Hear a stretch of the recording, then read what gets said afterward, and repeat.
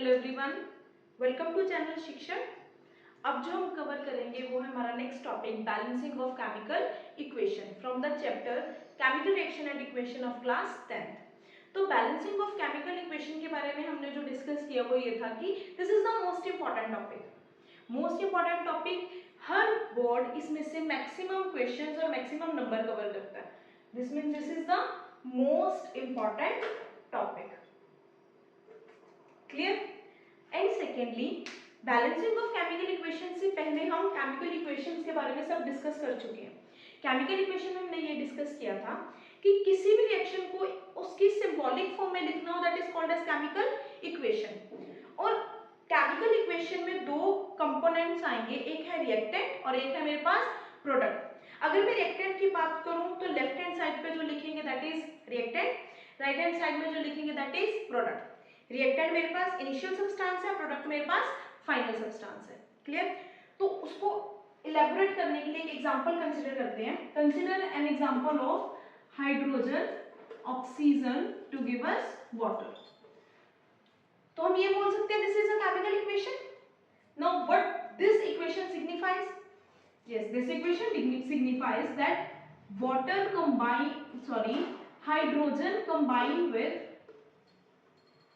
hydrogen combines with oxygen to form water. Clear? तो ये तो था इक्वेशन कि इक्वेशन क्या सिग्निफाई कर रही है। क्या इस इक्वेशन में बैलेंसिंग की जरूरत क्यों पड़ी और what is the importance of balancing? तो देखो, इंपॉर्टेंस ऑफ बैलेंसिंग उतनी ही इंपॉर्टेंट है जितनी एक कुकिंग करते टाइम नमक की इंपॉर्टेंस है। क्लियर? तो मींस कि अगर वो ज्यादा पड़े तो कुकिंग खराब और अगर वो कम पड़े तो भी खराब। तो वही इंपॉर्टेंस मेरे पास किसकी है? बैलेंसिंग की। तो बैलेंसिंग को मैं ऐसा समझ सकती हूँ कि अगर मेरे को एसिड और बेस को मिक्स करके उसको न्यूट्रलाइज करके सॉल्ट बनाना है तो मेरे को ये पता होना चाहिए कि कितना एसिड लेना और कितना बेस लेना है, क्योंकि अगर एसिड ज्यादा होगा तो वो एसिडिटी क्रिएट हो जाएगी और अगर बेसिक ज्यादा होगा तो वो बेस क्रिएट हो जाएगा। तो एसिड और बेस को इक्वल अमाउंट में ऐड करना to give us a salt और to neutralise them is balancing. Clear? अब देखो, इस इक्वेशन को एक चीज समझते हैं। इस इक्वेशन में हमने पहले भी डिस्कस किया था कि H2O ये सिग्निफाई कर रहा है कि H2O में हाइड्रोजन और ऑक्सीजन 2:1 में है। मतलब मैं ये बोल सकती हूँ कि अगर हाइड्रोजन के 2 एटम्स हैं तो ऑक्सीजन के कितने एटम्स हैं? 1 एटम। क्लियर? कि अगर हाइड्रोजन के 2 एटम्स हैं तो ऑक्सीजन के कितने एटम्स हैं? 1 एटम। तो इसी एटम्स को बैलेंस करने के लिए हम ये टॉपिक डिस्कस कर रहे हैं, that is balancing of chemical equation. Clear? अब ये बात है कि H2O2 H2O, चलो इसको समझने से पहले इस एग्जांपल को थोड़ा सा बैलेंस करके देखते हैं। अगर मैं यहाँ हूं तो हाइड्रोजन के नीचे हाइड्रोजन कितने हैं मेरे पास? मैं कहूंगी 2। और अगर मैं यहाँ हूं और ऑक्सीजन कितने हैं मेरे पास? 2। इन H2O, अगर मैं H2O की बात करूं तो इसमें हाइड्रोजन कितने हैं मेरे पास? 2। ऑक्सीजन कितने हैं मेरे पास? 1। मतलब हाइड्रोजन हाइड्रोजन बैलेंस। इधर ऑक्सीजन है मेरे पास 2 एटम्स, इधर ऑक्सीजन है मेरे पास 1 एटम। इसको बैलेंस करने के लिए क्या करेंगे? अच्छा, इसका मतलब ये है कि मैं ये बोल रही हूँ रिएक्टेंट और प्रोडक्ट में कि अगर मेरे पास 2 बच्चे हैं, एक के पास मेरे पास 20 रुपीज है और दूसरे के पास 10 रुपीज है, टू बैलेंस ईच अदर आप क्या करोगे? या तो 20 वाले से 10 ले लोगे और या 10 वाले को 10 और दे दोगे। अब बैलेंसिंग में एक बात याद रखना कि किसी का आइटम आप छीन नहीं सकते पर बढ़ा जरूर सकते हो। तो बैलेंस कैसे करोगे? अब 20 से 10 नहीं उसको ला सकते पर 10 वाले को 20 कर सकते हैं। तो मैंने यहाँ पे सिंपल क्या करूंगी, मैं 1 को मल्टीप्लाई करूंगी 2 के साथ to get 2। Clear? It means H2O में यहाँ मैं क्या ऐड करूंगी? 2। पर अब ये गड़बड़ हो गई कि जब H यहाँ पे ऐड हुआ तो ये कितना हो गया? 4। इट मींस यहाँ भी H को 2 के साथ मल्टीप्लाई करना था 4। Actually the base of balancing. अब यहाँ पे हमें कुछ समझ नहीं लगा कि क्या किया क्या नहीं किया, तो लेट्स इलेबोरेट इट और बैलेंसिंग के मेथड समझते हैं कि कौन कौन से उसके मेथड्स हैं। तो balancing of chemical equation involves two methods, ठीक है। इसको दो मेथड से कर सकते हैं, फर्स्ट है हिट एंड ट्रायल मेथड और सेकंड है मेरे पास कोफिशिएंट मेथड। देखो बच्चे, जो हिट एंड ट्रायल मेथड है वो आपके एनसीईआरटी बेस्ड मेथड है, जिसको आप अपने ऑफिशियल पेपर्स में हिट एंड ट्रायल मेथड से ये मेथड करोगे, क्लियर। जो कोफिशिएंट मेथड है वो एक शॉर्ट ट्रिक है जो ये पता लगाएगी कि आपका जो बैलेंसिंग इक्वेशन है वो ठीक है या नहीं।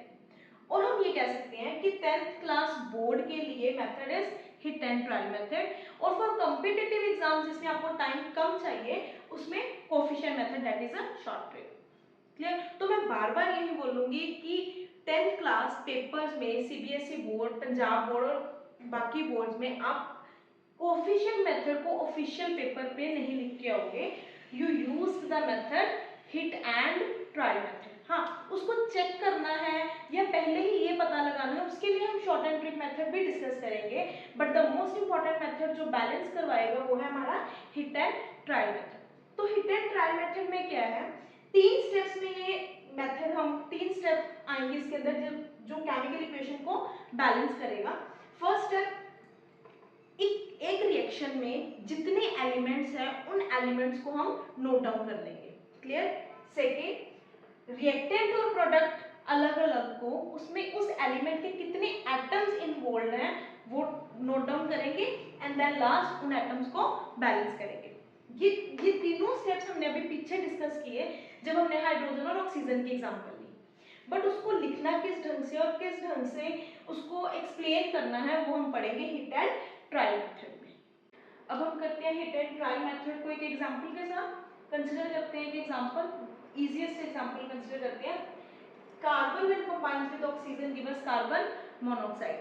तो देखो एक चीज का यहाँ पर ध्यान रखना कि अगर मैं CO2 लिख रही हूँ, दिस इज कार्बन डाइऑक्साइड, और अगर CO लिख रही हूँ then this is carbon monoxide.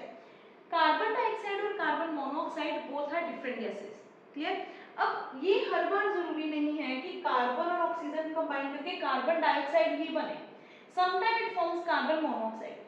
या मैं कुछ ऐसे बोल सकती हूँ कि अगर कंप्लीट कंबशन होगी तो कार्बन डाइऑक्साइड बाहर निकलती है, क्लियर। और अगर इनकम्प्लीट कंबशन होगी तो हमेशा बाहर क्या आएगा, कार्बन मोनोऑक्साइड, ठीक। तो अब इसको बैलेंस करते हैं with the help of hit and trial method. देखो हिट एंड ट्रायल मेथड में हमने 3 स्टेप्स पढ़े। पहला था एलिमेंट्स नोट डाउन करो जो रिएक्शन में गिवन है, देन उसके एटम्स करो और देन उन एटम्स को बैलेंस करो।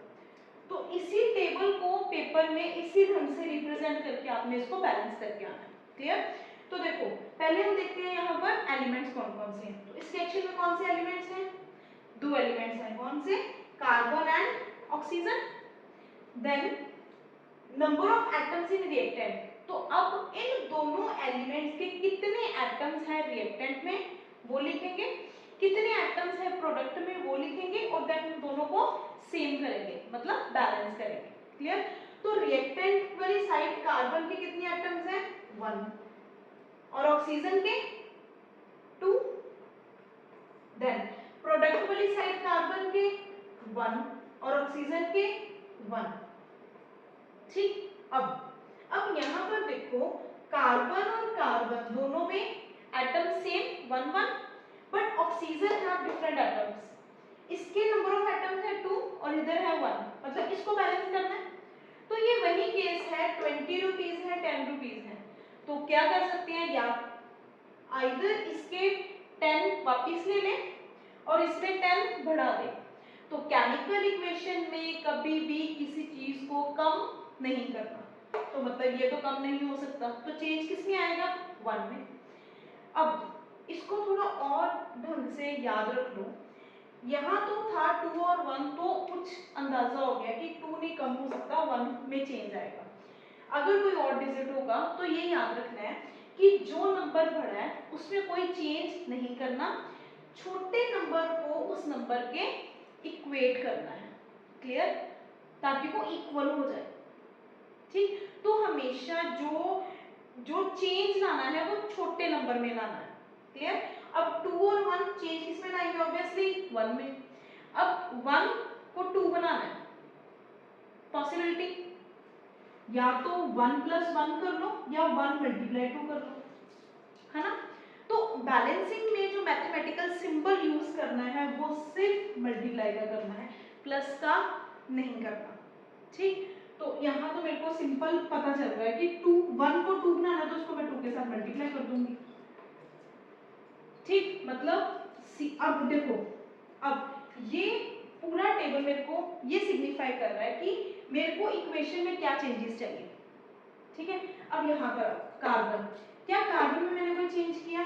नहीं किया, तो दोनों साइड कार्बन में कोई चेंज नहीं आएगा। ऑक्सीजन में किया, बट रिएक्टेंट वाली साइड नहीं किया, प्रोडक्ट वाली साइड 2 को मल्टीप्लाई कर दिया, तो यहाँ मैं 2 के साथ मल्टीप्लाई कर दूं। अब अब देखो, जब इसको मैंने कार्बन मोनोऑक्साइड के साथ मल्टीप्लाई किया तो कार्बन की अमाउंट अपने आप बढ़ गई। कितनी हो गई? यहाँ पर पहले 1 था, 2 हो गया, है ना? तो यहाँ पर मैं ये बोलूंगी ये अब 1 कैंसिल होके किसके इक्वल आ गया? 2 के इक्वल। अब ये इम्बैलेंस हो गए, ये 1 है ये 2 है, बैलेंस करने के लिए इसको 2 के साथ मल्टीप्लाई। अब एक बात का ध्यान रखना, यहाँ पर चेंज मैंने नहीं किया, यहाँ पर चेंज ऑटोमेटिकली आया क्योंकि ऑक्सीजन प्रोडक्ट में चेंज हुआ था जो कि किसके साथ थी? कार्बन मोनोऑक्साइड के साथ। क्लियर? अब कार्बन में चेंज मैंने किया, कौन सा? मल्टीप्लाई किया 2 को, तो यहाँ पर 2 आ गया। दोबारा जिस जिस डिजिट को मल्टीप्लाई कर रहे हो सिर्फ वही आप चेंज कर रहे हो, बाकी जो चेंज आ रहा है वो ऑटोमेटिकली किसी और एलिमेंट के नंबर्स के मल्टीप्लाई के से आ रहा है। क्लियर? तो अब देखो, अब यहाँ पे कार्बन कितने हैं? 2, यहाँ पे कार्बन 2, ऑक्सीजन 2 2, बैलेंस। तो मैं ये बोलूंगी the balanced chemical equation is, तो फाइनल बैलेंस्ड केमिकल इक्वेशन कौन सी हो गई मेरे पास? 2C + O2 give us 2CO। Clear? तो this is the final balanced equation. अच्छा, इसी के साथ जो गड़बड़ बच्चे करते हैं वो ये है कि समटाइम ना जब हम एलिमेंट को 2 के साथ मल्टीप्लाई करते हैं तो ये कहते हैं कि सिर्फ ऑक्सीजन को मल्टीप्लाई किया 2 के साथ तो कार्बन की अमाउंट कैसे बढ़ गई, है ना? तो वो क्या करेंगे कि कार्बन 2 सिर्फ ऑक्सीजन के साथ किया ना तो यहाँ पर 2 लगा देंगे। नहीं, जो डिजिट मल्टीप्लाई कर रहे हो वो पूरे कंपाउंड के बाहर लगानी है। बच्चे यहाँ पर जो नंबर रिप्रेजेंट कर रहा है वो एटॉमिसिटी को रिप्रेजेंट कर रहा है, तो एटॉमिसिटी चेंज नहीं की जा सकती, बट नंबर ऑफ मोल्स ये रिप्रेजेंट करते हैं नंबर ऑफ मोल्स को, उसको चेंज किया जा सकता है। जैसे मैं ये बोलूं कि अमाउंट को चेंज किया जा सकता है, 1 किलो 2 किलो 3 किलो इसको चेंज किया जा सकता है, बट ये तो नहीं है कि चीनी को ही मैं चेंज कर दूं।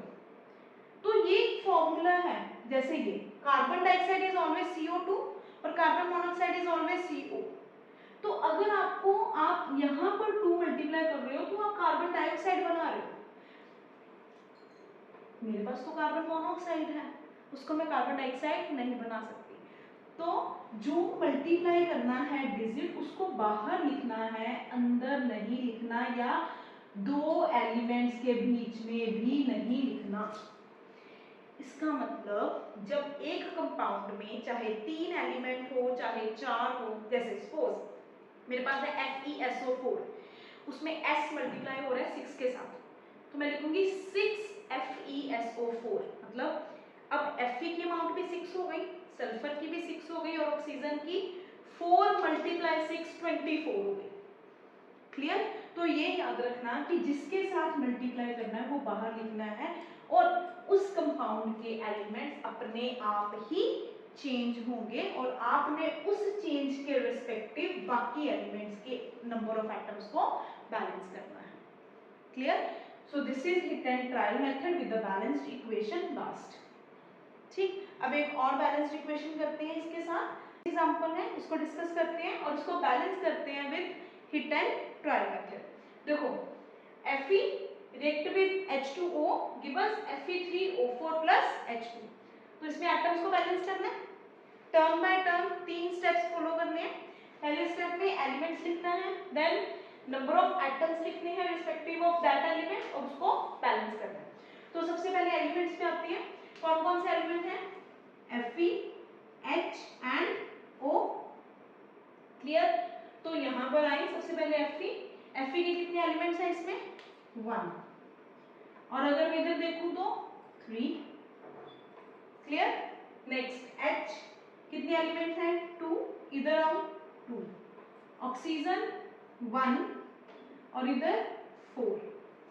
अभी तक ये सीक्वेंस 1 4 1 3 ऐसे चल रही है। तो ये तो सिंपल है कि अगर 1 को उसके इक्वल करना है तो जिस नंबर के इक्वल करना है उसके साथ मल्टीप्लाई कर दो। तो यहाँ पर तो सिंपल है, मैं 3 के साथ मल्टीप्लाई कर रही हूँ, यहाँ पर मैं 4 के साथ मल्टीप्लाई कर रही हूँ।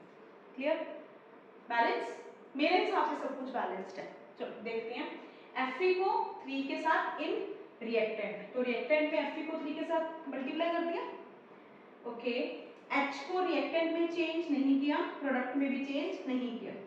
ऑक्सीजन को रिएक्टेंट में चेंज किया 4 के साथ, मतलब यहाँ पर 4 आ गया। क्लियर? और प्रोडक्ट में चेंज नहीं किया।